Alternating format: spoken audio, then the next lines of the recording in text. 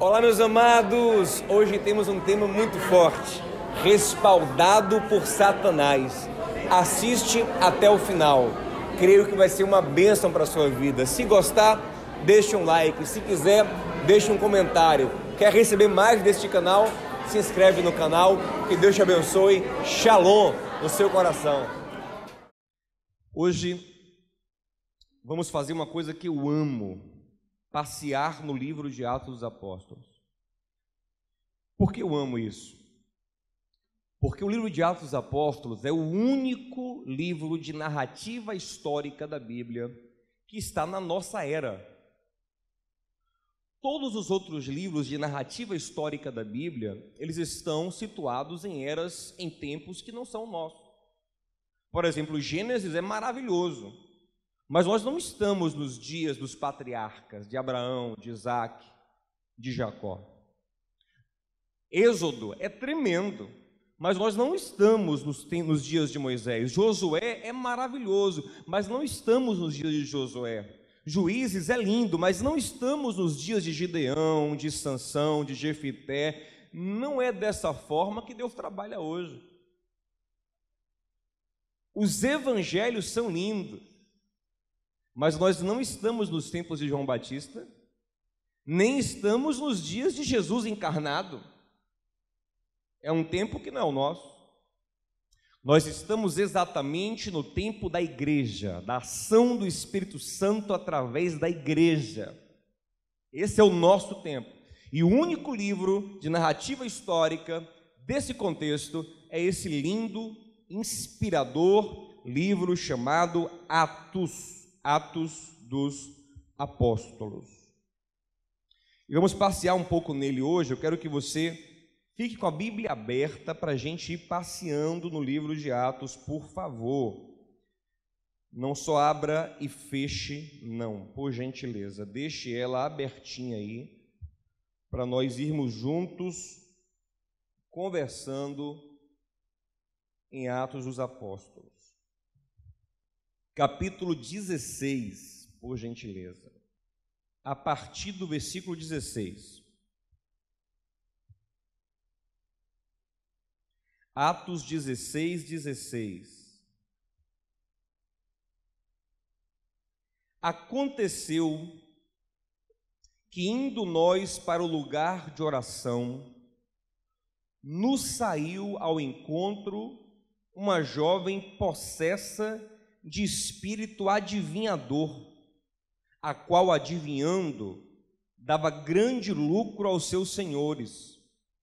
Seguindo a Paulo e a nós, clamava dizendo: estes homens são servos do Deus Altíssimo e vos anunciam o caminho da salvação.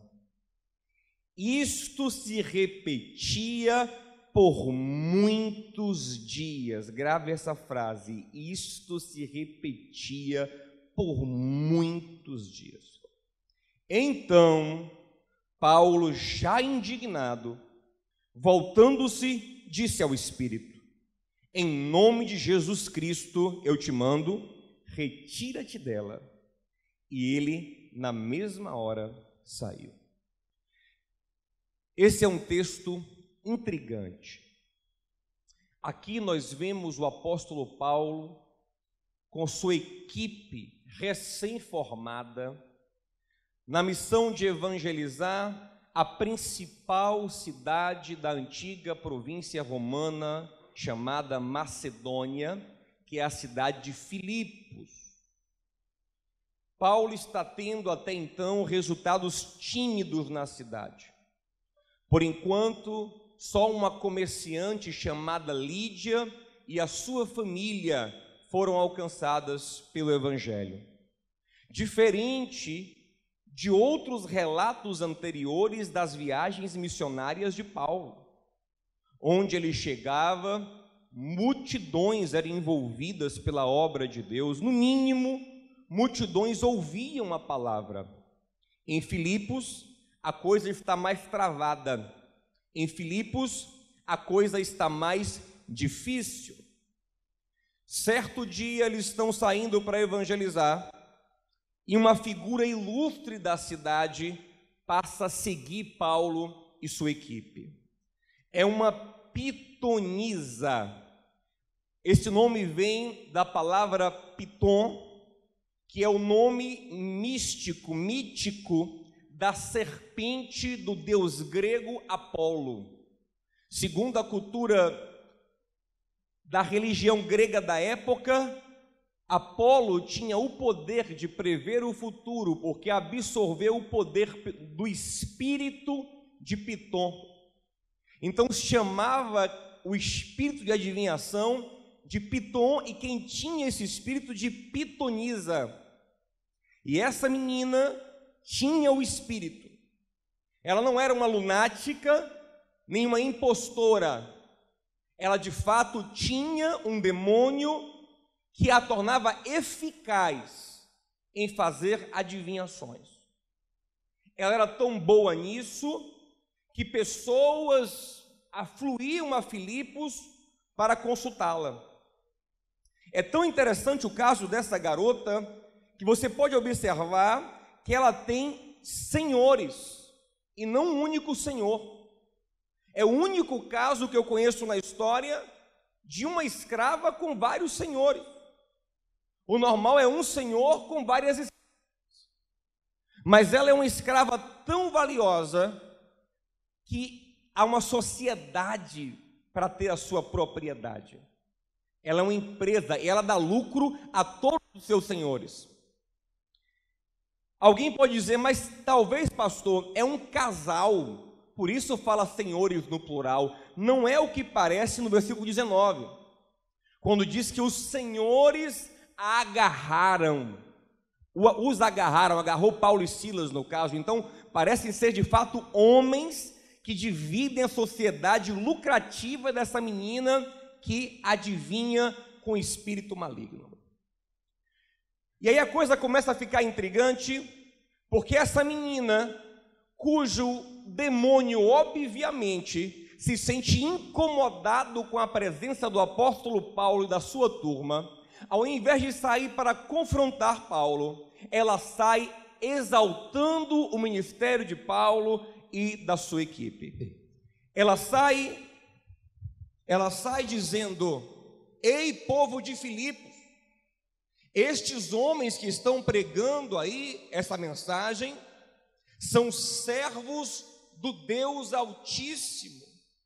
Eles vos anunciam o caminho da salvação.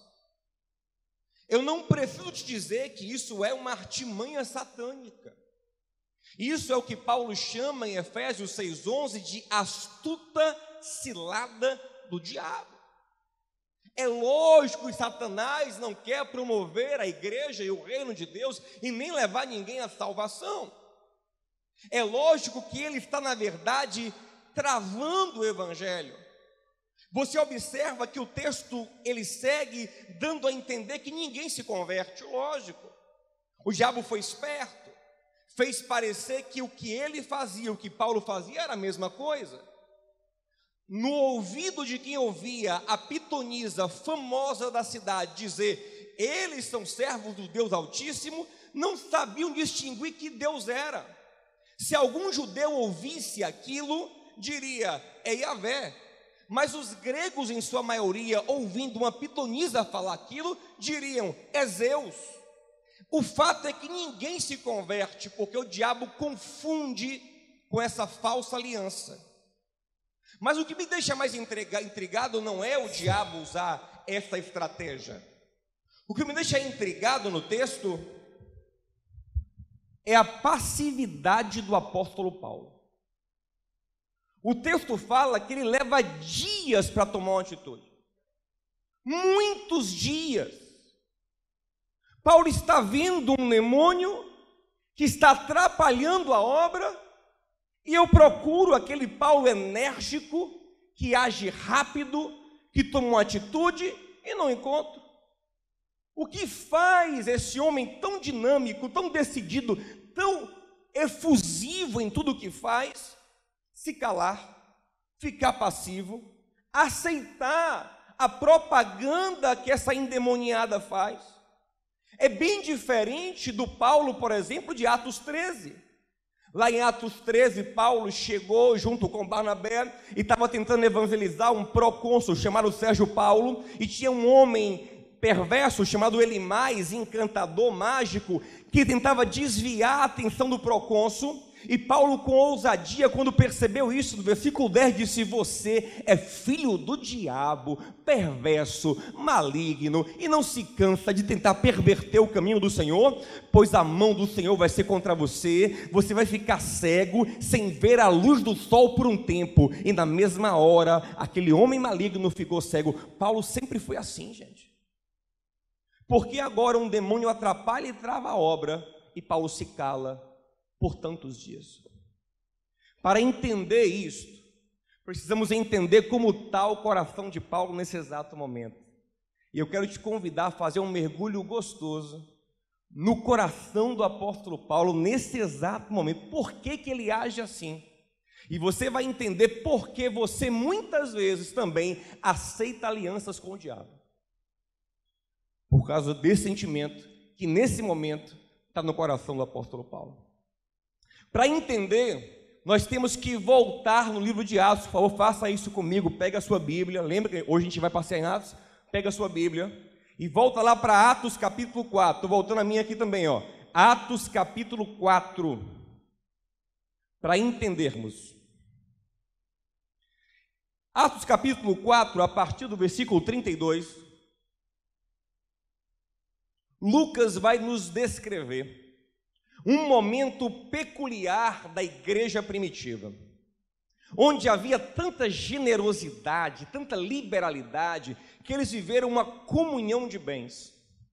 Todo mundo que sentia vontade no coração vendia suas propriedades e colocava o dinheiro aos pés dos apóstolos, que por sua vez repartiam com todos que tinham alguma carência. Você observa que nesse texto nenhum ofertante específico é destacado, a não ser um, no versículo 36, chamado José. E ele é a chave para entendermos o coração de Paulo. Esse homem chamado José era o único ofertante nesse momento de liberalidade da igreja, destacado por Lucas. José é nos dito aqui que ele recebe dos apóstolos um codinome, um sobrenome, Barnabá, ou Barnabé. Bar, no hebraico, é filho, Nabá é consolador, animador, fortalecedor. Os apóstolos olharam o irmão José, o viram com um espírito tão dado a confirmar irmãos, a apacentar, a consolar e a animar, que disseram: José, nós temos para você um codinome, você é José Barnabá, ou no português José Barnabé, José o Consolador, José o filho da consolação, José o animador, aquele que anima, que fortalece. Que Deus levante Barnabés do nosso meio, em nome de Jesus. Consoladores, animadores, edificadores. Este homem era, segundo o texto aqui, natural do Chipre, é um judeu que nasceu no Chipre, mas a sua ascendência dá na tribo de Levi, e diz que ele pegou um terreno, vendeu e deu toda a oferta, todo o valor do terreno nos pés dos apóstolos lá em Jerusalém. É bem provável que o terreno dele era do Chipre e não de Israel. Por quê? Por um fato muito simples.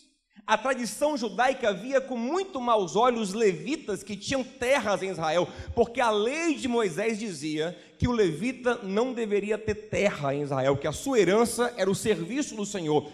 Apesar que nesse tempo alguns quebravam essa regra, mas era muito mal visto.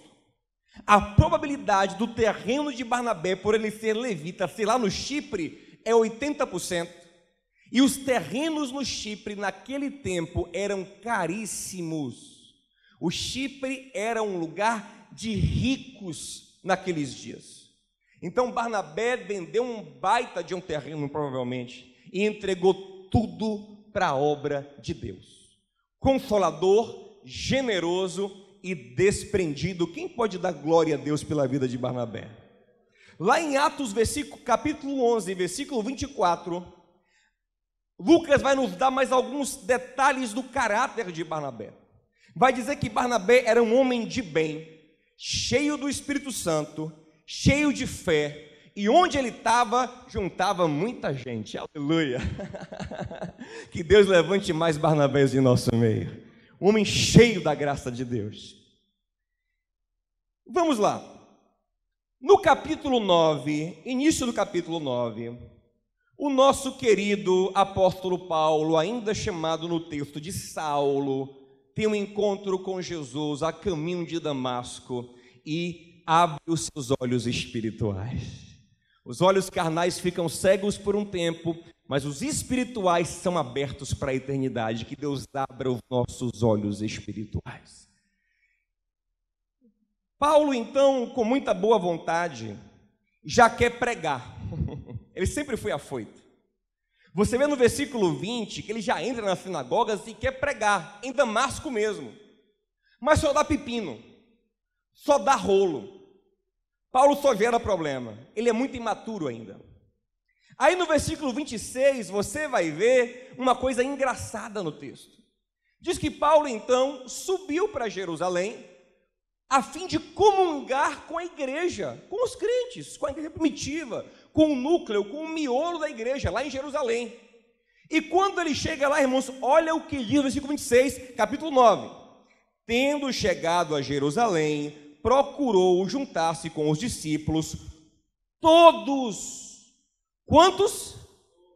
Todos, porém, o temiam, e não acreditando que ele fosse discípulo. Toda a igreja não acreditava em Saulo. Imagina, tadinho. Todo mundo. Ele chegou num culto, o pastor disse: eita, para quem chegou ali, acabou o culto. Irmãos, cadê o culto? Não, acabou de acabar o culto.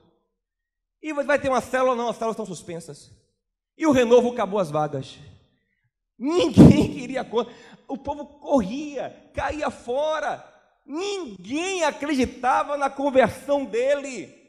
Era um cara que ninguém queria consolidar, ninguém queria levar para a célula, ninguém queria ensinar, ninguém queria ajudar, ninguém queria cuidar, exceto o Consolador por excelência. Olha o que fala o versículo 27. Todos não acreditaram, né? Ao 27, mas Barnabé, olha aí. Aleluia. Que Deus levante Barnabés em nosso meio.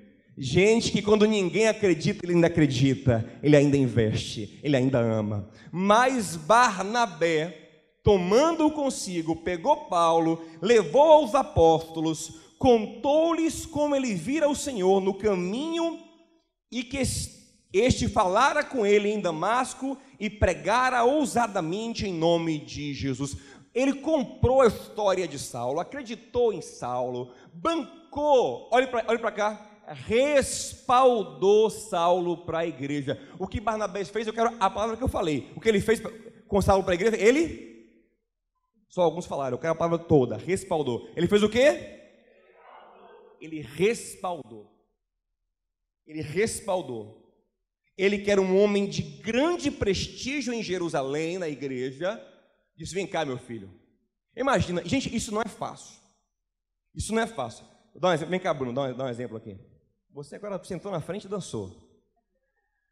Imagina, Barnabé olhando para rapaz, olha aqui no meu olho. Você é crente mesmo, né? Está todo mundo bancando que você é infiltrado, satanista, está vindo para destruir a igreja. Tu é crente. Olha no meu olho, rapaz. Testificou aqui, viu? Estou acreditando em você. Estou colocando a minha vida, a minha reputação, minha credibilidade com a igreja. Vamos lá. Ele banca. Ele banca o cara. Todo mundo conta. Pedro, Tiago, João, todo mundo conta. E Barnabé bancou. Vamos lá. E respaldou. Deu o suporte para Saulo ser recebido pelo. Quem pode aplaudir o Senhor pelo Barnabé, gente? Glória a Deus. Só que Saulo não é flor que se cheire ainda. Olha o que fala aí, ó. O versículo 28, ó. Saulo se integrou. 28, ó. Ele começou a entrar e sair com os crentes em Jerusalém. Só que ele não aguentava a hora de pregar. Ele queria falar, ele era agoniado. Sabe aquele novo convertido que quer pregar? Era Saulo. E ele saiu pregando e aconteceu o quê? Pepino de novo.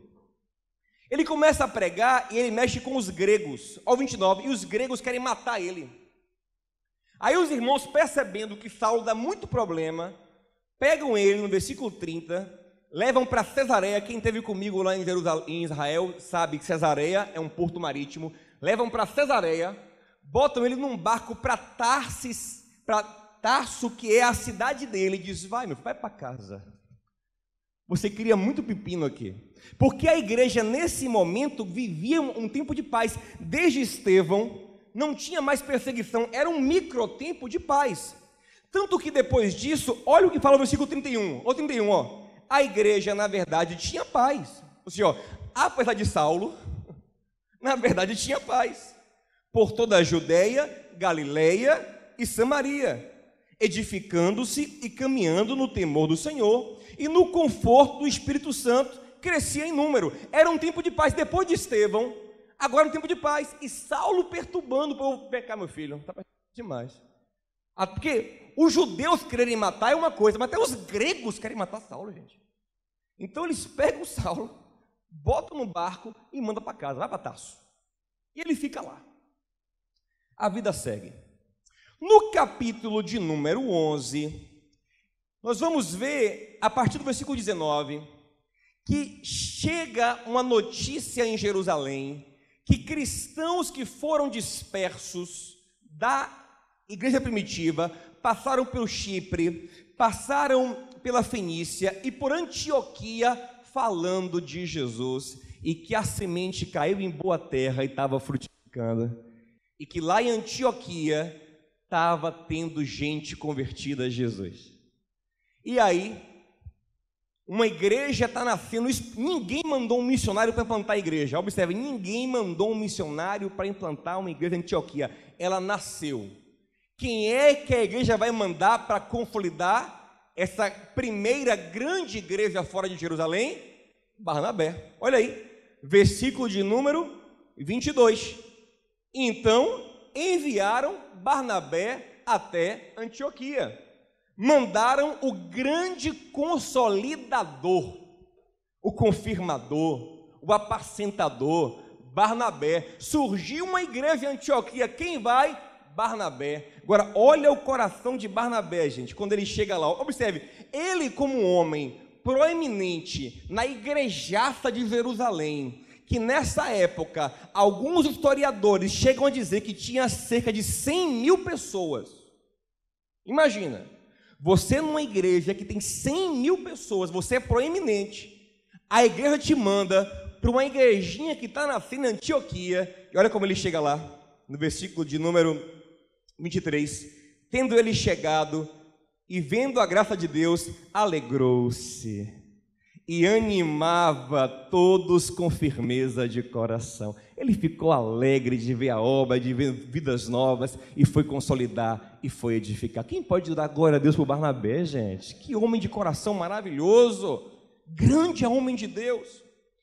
E aí, quando ele chegou lá, sabe o que ele fez, gente? Olha o versículo de número 24, porque ele era bom, cheio do Espírito Santo, cheio de fé, e muita gente se uniu ao Senhor. Ou seja, com Barnabé a igreja cresceu muito. Aí no versículo 25, olha o que ele faz: e partiu Barnabé para Tarso à procura de quem? De Saulo. Disse: rapaz, Saulinho está lá, bichinho escanteado em Tarso, ninguém quis ele em Jerusalém, vou lá buscar o menino.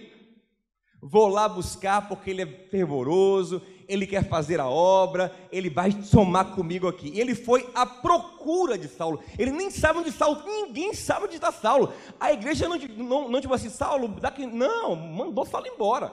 Ele vai procurar Saulo lá em Tarso.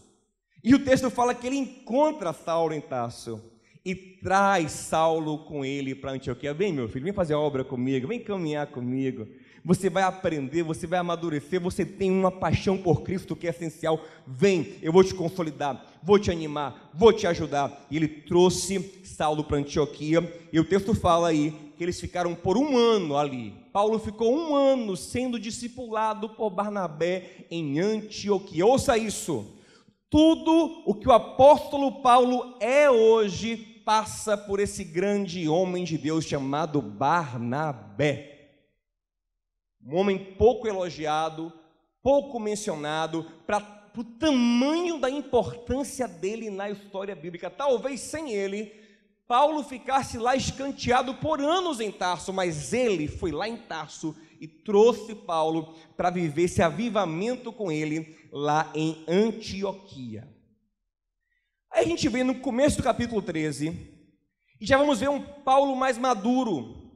Vai dizer que na igreja de Antioquia, que a coisa está fervendo, com Barnabé pastoreando, tem mestres e profetas. Barnabé é o primeiro a ser mencionado, mas lá o último a ser mencionado, quem é agora? Saulo, já está maduro, já é mencionado entre os mestres e profetas.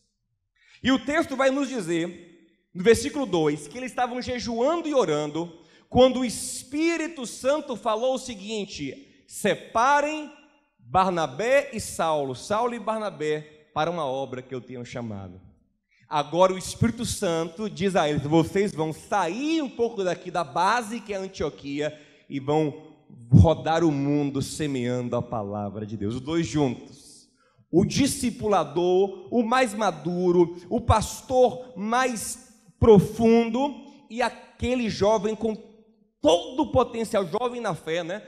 Todo o potencial que está aprendendo com Barnabé, vão caminhar juntos. E eles, gente, vão viver coisas extraordinárias. Você começa a ver esses dois em ação, é um negócio apoteótico. Por exemplo, na própria cidade de Antioquia, se você vê aqui no versículo 44, capítulo 13, diz que chega um momento que toda a cidade, quase toda a cidade se reúne para ouvir eles. Eles fazem um culto, imagina um culto em que quase toda a cidade vai ouvir os pregadores. Imagina aí uma conferência, Paulo e Barnabé, toda a cidade para. Isso é inédito, nem nos dias de Jesus isso aconteceu. Bem que o Senhor disse que aquele que cresce nele faria as obras que ele fez e ainda faria maiores. Toda a cidade, em Antioquia é uma baita de uma cidade, para ouvi-los.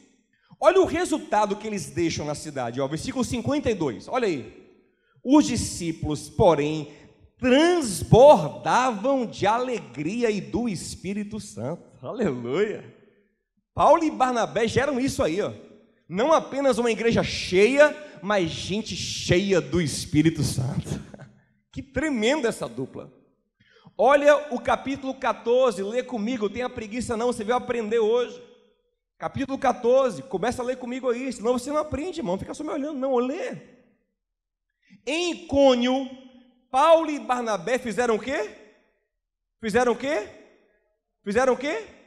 Entraram juntos. Olha que expressão poderosa, entraram juntos, é uma dupla na sinagoga judaica, e falaram de tal modo que veio a crer grande multidão, tanto de judeus como de gregos. Que dupla maravilhosa, eles arrebentam tanto que chega uma hora que milagres começam a acontecer, e no versículo de número 12, eles já estão aqui em Listra, diz que o povo da cidade ficava tão impactado com Paulo e Barnabé, com Barnabé e Paulo, que disseram o seguinte: esses homens não são humanos, são deuses encarnados. Os deuses encarnaram, eles são muito poderosos. E aí colocaram o nome de Barnabé de Júpiter e Paulo de Marte. Isso aqui é muito interessante, sabe por quê? Porque Júpiter é a versão romana de Zeus, e Marte é a versão romana de Hermes. Zeus é o deus principal, Hermes é o mensageiro de Zeus, é o deus da eloquência, da palavra, da fala. Então, o que é que o povo estava dizendo? Olha, quem tem o poder e cobre é Barnabé, ele é o Zeus. Quem fala, quem tem a palavra é Paulo. Mas o povo reconhecia que Barnabé cobria Paulo. O povo reconhecia que Barnabé era um Zeus na cabeça deles, era aquele que dava o poder a Paulo. Paulo falava, dava as ordens proféticas, mas era Barnabé quem cobria Paulo. O povo via isso, Barnabé é Zeus, Paulo é Hermes. Era tão forte isso que eles rasgaram a roupa, de pelo amor de Deus, parem com isso, nós somos humanos. Não, nós viemos aqui salvá-los com o Evangelho e não vamos fazer pecar com idolatria. Parem com isso. E no versículo 18, diz que eles tiveram dificuldade para evitar que o povo fizesse sacrifícios para ele. Imagina aí, gente. O cara virava aqui, um cara matava uma galinha. Para com isso, rapaz. O cara virava aqui, o outro trazia um carneiro para sacrificar. E para com isso, eu não sou Deus, não.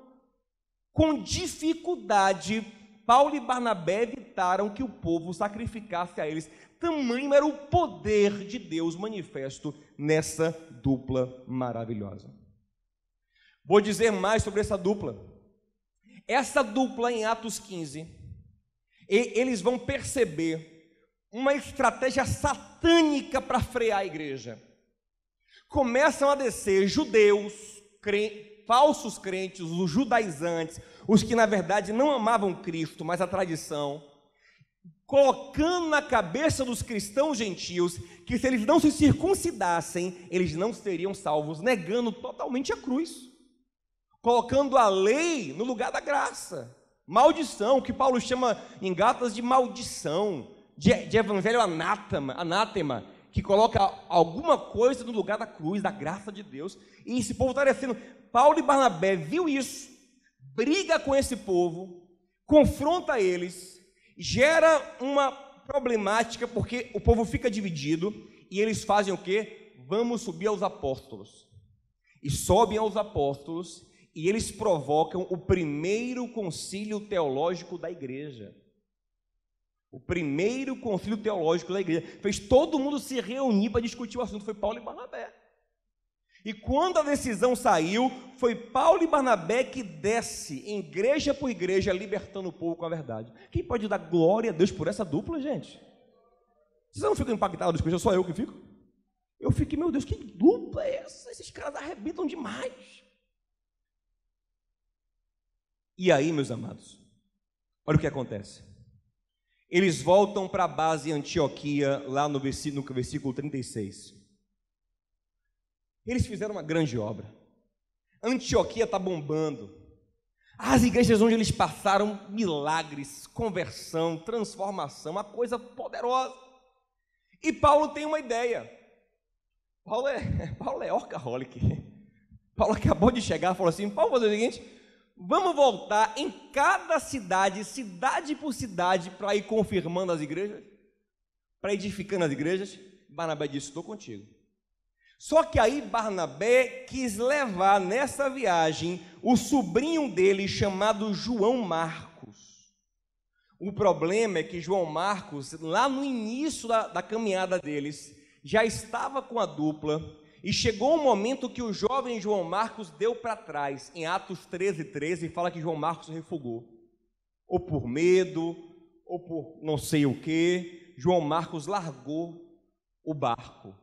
Então, quando Barnabé agora, depois de um tempo, quer colocar João Marcos de novo na equipe, Paulo diz: esse não, esse frouxo não, esse aí não, esse não dá comigo não. O texto fala que Paulo não acha justo isso, não é certo. Paulo está sendo duro demais. O coração de Barnabé você já conhece, é um coração apacentador, consolidador, é aquele cara que ninguém quer, ele vai atrás. Que ninguém acredita que se converteu, ele acredita. Que escanteia o cara em Tarso, ele vai atrás. E Paulo, que viu tudo isso, deveria agora dar uma segunda chance a Marcos, mas Paulo não dá. O texto fala que eles têm uma briga tão forte, mas tão forte, que se separam. Barnabé com João Marcos vai para Chipre, que é a terra natal dele, e Paulo toma Silas, que é um irmão abençoado também, da igreja de Jerusalém, e vai para a região da Síria e da Cilícia. Interessante, irmãos, que a briga foi feia. Eles tinham 15 anos de comunhão profunda. Não é 15 anos falando no WhatsApp, não. É 15 anos dormindo junto, convivendo profundamente, boa parte desses anos. Amigos, irmãos, a briga foi feia. Quando eles decidiram sair juntos, o Espírito Santo confirmou. Foi debaixo de oração e jejum. Mas agora, quando decidem se separar, é só na briga, só na emoção, só na carne. O próprio apóstolo Paulo reconhece isso mais tarde. Fica claro nas cartas de Paulo que ele se arrepende de ter sido tão duro com João Marcos. Por exemplo, se você ler Colossenses 4:10, ele recomenda aos irmãos de Colossenses que recebam o sobrinho de Barnabé, Marcos. Em 2 Timóteo 4:11 ele vai além. Ele escreve a Timóteo e fala: Timóteo, só Lucas está comigo, por favor, traga Marcos, porque ele é muito útil para o ministério. Ele reconhece o valor de Marcos. Em Filemão ele vai além. Versículo 24 de Filemão ele fala dos cooperadores dele e coloca Marcos em primeiro lugar, como aquele que coopera com ele. E em 1 Coríntios 9:6, Paulo deixa claro também que ele se reconciliou com Barnabé, quando ele defende o ministério conjunto dele com Barnabé, atualmente, anos depois, para a igreja de Coríntios. Então, Paulo percebeu, anos mais tarde, que ele fez uma bobagem, que ele não precisava ser tão radical e tão duro. Tudo bem, todo mundo erra, todo mundo vacila, todo mundo perde. Uma dupla extraordinária foi perdida. Paulo se enfraqueceu, Barnabé se enfraqueceu. Mas passou, o que isso tem a ver com a pitonisa lá em Filipos? Aqui a gente vai entender e encerrar. Olhe para mim, para você entender. Observe uma coisa. Paulo está recém-separado de Barnabé. Paulo pegou Timóteo, um garoto, muito imaturo ainda, para caminhar com ele. Silas já tinha um pouco mais de maturidade. Lucas vai acompanhando os três, mas mais como escrivão, não tem atuação ministerial exposta, prática. Mas nenhum deles está perto de representar no coração de Paulo o que Barnabé representava. Paulo agora, depois de muitos anos, está se vendo no desafio do ministério sem o seu respaldador, sem o seu consolidador, sem aquele que levantava as mãos para o abençoar, para o animar, para o encorajar, aquele que acreditava nele como ninguém acreditava. Então, observe, gente, não pense que é fácil isso. Ninguém, depois de uma separação desse nível, fica com o coração 100%. Paulo está machucado, Paulo está ferido, Paulo está abalado. Do dia para a noite, ele sonhou a viagem com Barnabé, de repente ele chega lá sem Barnabé. Olha para Timóteo, um garoto. Olha para Silas, um irmão abençoado, mas sem tanta expressão. Ele olha para Lucas, é só um médico que acompanha ele ali, meio que curioso, escrevendo as coisas. Está sozinho. Satanás sabe disso. Ouça isso. Satanás conhece as nossas carências. Satanás sabe a hora de atacar. O diabo sabe que o coração de Paulo está abalado, ansiando por apoio e por respaldo. Em Provérbios 27:7 diz que para a alma saciada, ela pisa em favo de mel, mas uma alma faminta, uma alma carente, qualquer amargo é doce. E é exatamente assim que Paulo está, se vendo depois de anos sem a pessoa que dá firmeza para a sua alma. Então ele chega na cidade, começa a pregar, não tem muito resultado. Imagina que ele começa a lembrar: rapaz, olha a segurança que bateu, rapaz, imagina aí. Imagina que eu estou aqui pregando, está cheia a igreja. Aí de repente eu brigo com algum irmão, esse irmão sai da igreja. Aí domingo, um irmão que seja assim, importantíssimo para o meu emocional, para me dar apoio. Aí semana que vem, está vazia a igreja. Foi Paulo. Chegou em Filipos, começou a pregar, ninguém se converte, o negócio não acontece. Cadê a multidão? Cadê o povo? Cadê a unção? Coisa travada. E de repente, ouça isso, uma estrela da cidade começa a apoiar ele. Uma menina que era famosa, respeitada, uma vitrine social, começa a dizer: olha, aí é um homem de Deus. Gente, Paulo não demorou dias para expulsar o demônio porque ele estava sem poder, não. Ele sabia que ele podia expulsar qualquer... Tanto que quando ele se irritou, quando ele se irritou, ele disse: sai dela. Ele sabia que com o comando que ele desse, o demônio saía. Paulo não fez porque não quis. Paulo não expulsou o demônio porque por uns dias foi confortável para ele ter uma pessoa famosa e respeitada anunciando o nome dele, postando ele no Instagram. Foi confortável para o coração de Paulo tirar uma selfie com a pitonisa e falar: olha, gente, vocês não querem vir para o meu culto, não? Olha quem está no meu culto. Foi confortável para o coração de Paulo, porque não foi um dia nem 2 dias, foram muitos dias. Quem olhava para aquilo parecia que a menina era discípula dele. Muitos dias a menina ali, ó, gente, ouçam ele. Paulo olhava aquilo e se calava e pregava, e pregava, e pregava. Só que na verdade essa aliança que supostamente estava projetando, na verdade estava travando Paulo. Quando ele finalmente teve coragem de se afastar, de botar o demônio para correr, ele foi preso, mas na cadeia a graça de Deus se manifestou. À meia-noite, que representa o ápice da noite, um terremoto de Deus aconteceu, as cadeias se abriram e todos viram quem respalda de verdade o apóstolo Paulo. Pastor, o que isso tem a ver com a minha vida? Só isso, só quero te dar uma lição hoje. Irmão, cuidado. Nós estamos vivendo um tempo em que todos nós, inclusive nós crentes e igreja, estamos carentes por respaldo, por alguém que assine embaixo da nossa vida, por alguém que diga que nós somos legais, que nós somos bons. Infelizmente, a igreja às vezes negocia o evangelho e perde a sua autoridade fazendo isso. A igreja evangélica nunca teve tão cheia de artista, tão cheia de gente famosa, de político.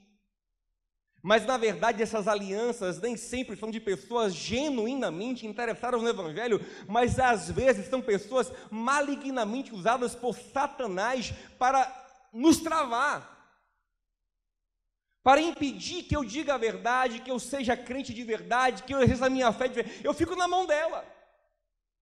Ela me respalda, ela me apoia, eu fico na mão dela. Agora está uma moda no Brasil de pessoas que assumem a sua prática homossexual, não a sua tendência, porque ninguém tem culpa da tendência, aqui é uma outra coisa, a sua prática homossexual, só que são famosas, são pops, e aí vão para as igrejas, e os pastores estão sem coragem de falar a verdade, para não ferir a pessoa, e na verdade o diabo está amarrando eles assim. Porque, olha que coisa maligna, no fundo da mente daquela menina, ela queria ser liberta. E às vezes essas pessoas estão vindo para a gente querendo ser libertas, só que nós estamos paparicando, com tanto medo de ferir, que elas ficam amarradas e nós também. Ah, pastor, não tenho nada a ver com isso, eu não sou pastor, isso é contigo. Não. Você pode estar amarrado pelo diabo também. Quando você começa a receber apoio no trabalho, na faculdade, na família, até o de cônjuge, que para te apoiar e te respaldar exige uma mordaça da sua fé, exige uma aceitação de tudo. Você fica sem coragem de repreender o mal, o que faria até bem para a pessoa, faria até bem para ela, porque, gente, a nossa luta não é contra carne nem sangue, sim, mas a nossa luta é contra principado e potestade. Agora, se não brigar nem com uma coisa nem com outra, complica. Não brigue com gente, mas brigue com o mal. Que eu preguei outro dia aqui, fuja desta briga, está no meu canal do YouTube. Com gente você foge, mas com mal você briga. Então muitas vezes nós estamos amordaçados, porque é meu amigo, a gente boa, é meu brother, é meu patrão. Aí ele te coloca num sistema de pecado, ele te coloca num sistema de mentira, ele te obriga tapar a sua fé, e você fica um crente inoperante, igual Paulo estava em Filipo, bombando no Instagram da estrela de Filipo. Essa menina teria 5 milhões de seguidores, e Paulo saía em todas as stories dela, homem de Deus, olha, gente, aqui, gente, olha, gente, estou num culto aqui agora, na praça de, pensa um homem de Deus, venham para cá, talvez até gente fosse ali, mas ninguém era liberto. Por quê? Porque o evangelho amarrado com o diabo não tem poder. Que comunhão há da luz com as trevas? Que comunhão há de Cristo e Belial? Ouça uma coisa, nós estamos num tempo em que os crentes querem ser legais demais. Há um limite para isso, irmãos. Jesus falou o seguinte, ó: se vocês fossem do mundo, o mundo vos amaria, mas eu vos escolhi do mundo, por isso o mundo vos odeia. Ai de vós quando todo mundo só falar bem de vocês, porque assim é que fazem com os falsos profetas. Se você não incomoda ninguém, se ninguém acha chato o seu mover espiritual, tem alguma coisa errada.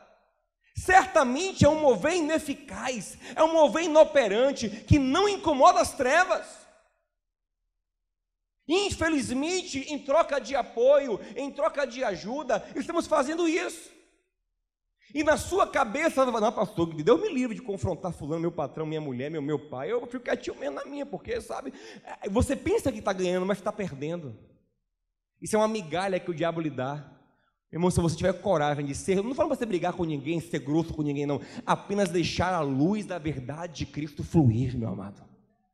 Você pode perder a princípio, como Paulo a princípio foi para a cadeia, mas à meia-noite a glória de Deus se manifestou, e toda a cidade ficou sabendo do milagre que aconteceu, e as autoridades vieram falar com ele, implorar, pedir perdão, e assim vai ser na sua vida quando você for luz de verdade, meu irmão. Para de querer agradar todo mundo. A igreja evangélica tem se aberto para coisas novas que não se abriam antes, legal, como por exemplo, vamos selecionar, não vamos eliminar toda a música secular, não, tem música secular que é boa, enfim, eu até entendo essa ideia, porém, é complicado você ver um cantor que canta músicas pornofônicas, que está na igreja evangélica, e ele posta uma foto, estou no culto, e todo mundo diz, oh, que lindo, que homem de Deus. E está anos na igreja, como é que ele está na igreja e não se sente incomodado? O que o pastor prega nessa igreja? Pelo amor de Deus. Se o cara só canta adultério, só canta cachaça, e está feliz da vida na igreja evangélica, o que está acontecendo com a gente? Isso é uma dimensão maior, mas numa dimensão menor você pode estar amarrado também, meu irmão, cuidado. Pode ser seu cônjuge que barganha o amor com você em troca de uma mordaça espiritual. Não fale disso, não toque nisso, aceite isso, olha, eu lhe amo, é assim, se quiser ficar comigo é assim, pois diga a ele, olha, eu lhe amo, mas eu amo mais Jesus. Tenha fé, creia, se posicione, meu irmão. É assim que o demônio vai sair. Esses dias, uma história bizarra, apesar de ter um lado bonito, estourou aqui na Bahia de uma menina chamada Eva, não sei quem viu isso, que por anos era amordaçada, ela e a família, por um monstro, um padrasto abusador, terrível. Aquilo ali, você pensa que aquilo ali tem todo um jogo sentimental.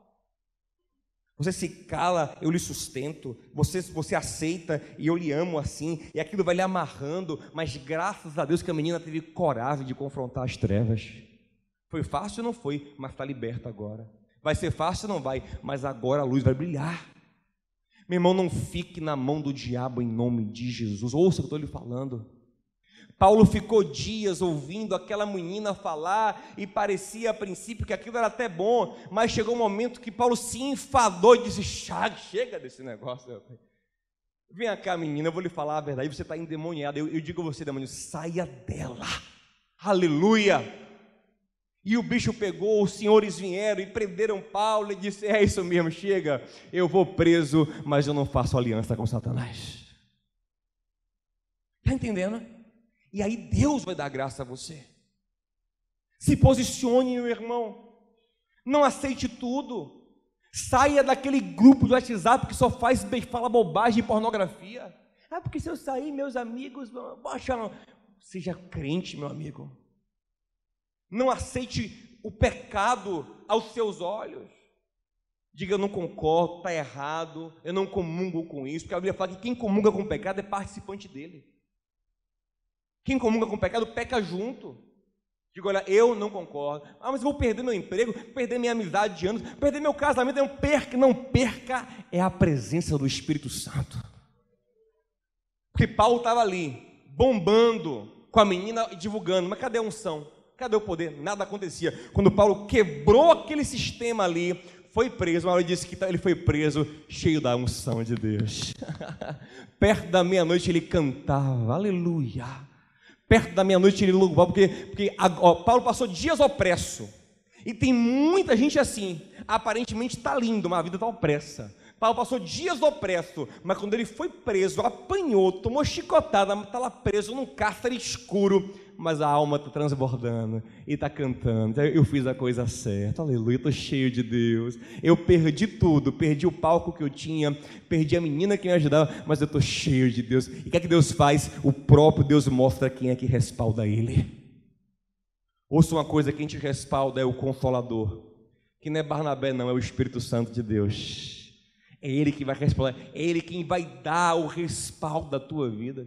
Lógico que é bom ter Barnabés, e por isso eu falei que ia te falar hoje sobre isso. Chega mais perto da igreja. Você precisa ter amigo crente que respalde as suas decisões de ser santo, de buscar a Deus, de se encher do Espírito, de se dedicar à obra de Deus. Você tem que ter gente como Barnabé. Se você não tem esses Barnabés na sua vida, te enfraquece e dá brecha ao diabo para te seduzir, para te amarrar, para te envolver, para te escravizar. Mas Deus te trouxe aqui nesta manhã para dizer: o meu Espírito é o teu Barnabé também. Ele está com você. Ele é o... Jesus disse: eu não vos deixarei órfãos, eu vou enviar o Consolador. E Ele vai vir e vai fortalecer vocês. Quem te fortalece não é teus amigos, não é a turma da faculdade, não é tua família, não é teu marido, não é tua mulher, não é tua rede social. Quem te fortalece e te respalda é o Espírito Santo de Deus. Fique em pé comigo em nome de Jesus. Eu quero orar com você. Quem te fortalece é o Espírito Santo. Não aceite, meu amigo, as mordaças do diabo. Se você está vendo as trevas avançarem sobre a sua vida, sobre a sua casa, diga: não, na minha casa não, na minha vida não, na minha família não, no meu casamento não.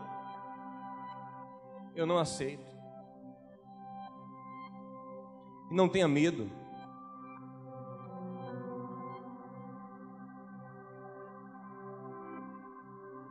O diabo conhece a nossa carência. Ele vai aparecer para cada um de nós com a pessoa certa. Para uns vai aparecer uma mulher, para outros um homem. Para uns vai aparecer uma pessoa mais velha, na figura paternal, para outros um jovem, na figura de filho. Ele sabe qual é a carência do nosso coração, para nos dar o respaldo que a nossa alma acha que precisa. Ele sabia que Paulo perdeu Barnabé, que era uma figura de referência, e que uma menina poderosa na cidade talvez cobrisse isso. E ele sabe o que você está carente. Qual é o tipo de pessoa que vai preencher na sua alma essa carência? Mas cuidado, fica atento, porque se essa pessoa não vier cheia do Espírito Santo, não é o Barnabé para a sua vida não, meu amado. Porque a característica de Barnabé é que ele era cheio do Espírito Santo de Deus.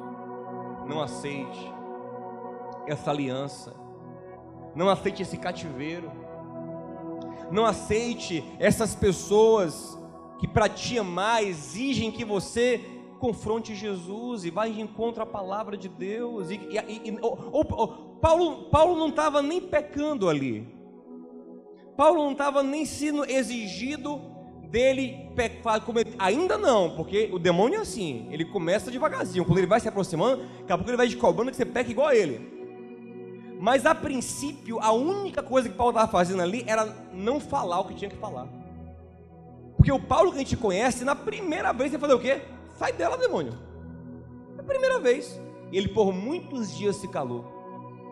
Por muitos dias. Então, o primeiro sinal é esse. Você não pode falar de Jesus. Você não pode vir para a igreja. É um grupo de amigos, se você falar de ou Jesus ou a gente.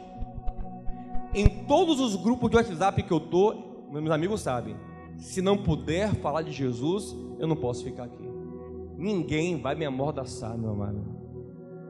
Ninguém vai travar, porque o poder de Deus na minha vida é o Evangelho, e eu não me envergonho do Evangelho, porque ele é o poder de Deus para a salvação de todo aquele que nele crê. Cuidado com essas amordaças, com essas chantagens emocionais. Eu quero orar com você em nome de Jesus. Eu quero orar para que você tenha força para quebrar toda a cadeia, todo o grilhão, meu amado. Pode ser das pessoas mais íntimas, pode ser do cônjuge. Diga aí, não, eu quero viver cheio do Espírito Santo. Eu quero ver Deus abrir todas as cadeias. Interessante que nenhum preso fugiu. Deus não abriu as cadeias ali para ninguém fugir, não, porque Paulo não deixou ninguém fugir. O carcereiro queria se matar, Paulo disse, não se mate não, porque está todo mundo aqui. Deus não abriu as cadeias para o povo fugir, ele abriu as cadeias para mostrar para Paulo que quem respalda é ele, que o poder vem, era um sinal aquilo ali, era para mostrar para a cidade onde estava o poder, e o poder vem de Deus, o poder vem do Senhor, o poder não vem do dinheiro, não vem da fama, não vem dos amigos, o poder vem de Deus. Diga ao seu irmão, o poder vem de Deus. Diga a ele, irmão, o poder vem de Deus, meu irmão. Tenha medo de ninguém não, o poder vem, é Ele quem te respalda, é Ele quem te fortalece, não é teu pai, não é tua mãe, é o Senhor quem te fortalece. O poder vem de Deus, amém? Vamos orar juntos em nome de Jesus. Eu quero pedir ao Senhor que nos dê força e coragem para romper com cadeias malignas, romper com mordaças do diabo, romper com estruturas satânicas, em nome de Jesus. Pai querido e amado, nós somos a tua igreja, uma igreja poderosa, mas que muitas vezes está ineficaz, inoperante, inofensiva para as trevas, porque aceitou ser respaldada pelo diabo, aceitou ficar amiga do mundo, inimiga de Deus, para poder ser aceita, para poder ser querida, para poder ter dinheiro ou qualquer coisa. Pai, nos perdoa em nome de Jesus. O diabo, aproveitando a nossa carência, se aproximou, mas nós queremos fazer como Paulo finalmente fez. Quando acabou a paciência dele, ele disse: chega, sai, Satanás. Que possamos fazer isso, Pai, em nome de Jesus, e colocar o diabo para correr, seja onde for. Pode ser na pessoa que a gente não tem intimidade, como no mais íntimo, que o diabo não acha espaço em nós. Como Jesus, que olhou para Pedro e disse: nem você, Pedro, eu vou aceitar o diabo me manipular. Para trás de mim, Satanás. Que não ache espaço para me amordaçar, para me prender, para me travar. Ninguém, amigo algum, parente algum, ninguém, porque o grande é o poder do Senhor em nossa vida, Pai. Libera o teu povo, Senhor, para viver a tua promessa, a tua bênção, a tua graça, com unção, com autoridade, para que voltemos a viver, Senhor, no poder do Espírito Santo, vendo milagres acontecerem, cadeias caírem por terra. Em nome de Jesus, manifesta a tua unção, manifesta a tua glória, nos dá autoridade nesse tempo. Em nome de Jesus, receba autoridade, receba graça, receba força para ser crente, para ser santo, para ser verdadeiro, para ser justo, para ser luz, sem medo, em nome de Jesus. Quem crê diz amém e graças a Deus. Aplauda o Senhor bem forte, porque Ele é maravilhoso.